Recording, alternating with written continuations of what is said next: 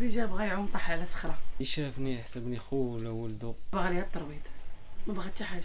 السلام عليكم ناس الخير قلوب الرحمه. هذا النداء موجه خصوصا للمسؤولين ديال مدينه برشيد وناس الخير ومحبي الخير لمدينه برشيد. علاش؟ لحقاش احمد ولدنا ابن مدينه برشيد 19 عام.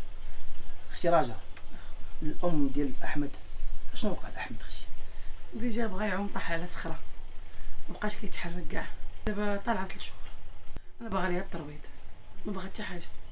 انا كنطالب الناس يتعاونوا معايا في الترويض. ما كيحركش دابا يديه ورجليه ورجلي خاصو الترويض. خاصو الترويض.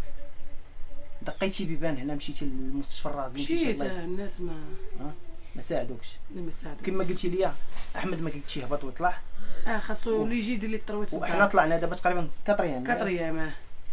احمد المشكل اللي لاقي انه خصو اللي يجي يدير ليه الترويض في الدار. 3 مرات في السيمانه. شحال تقريبا قالوا لك الناس؟ قالوا لي 250 درهم في الصحيصه.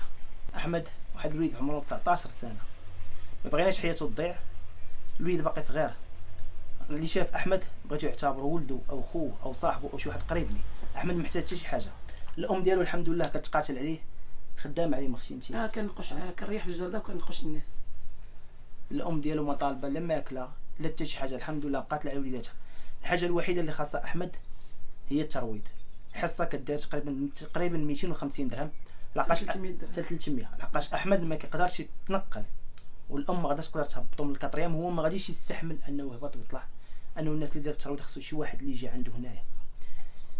ناس الخير قلوب رحمه، اطباء مسؤولين، الناس ديال الترويض، اي واحد شاف احمد يعتبره ولده او خوه. يشافني يحسبني خو ولا ولدو ولا صاحبو، وما يتخلاش عليا ويعاونني انا وماما في الترويض باش نرجع لحياتي الطبيعيه ونعاون ماما وخوش.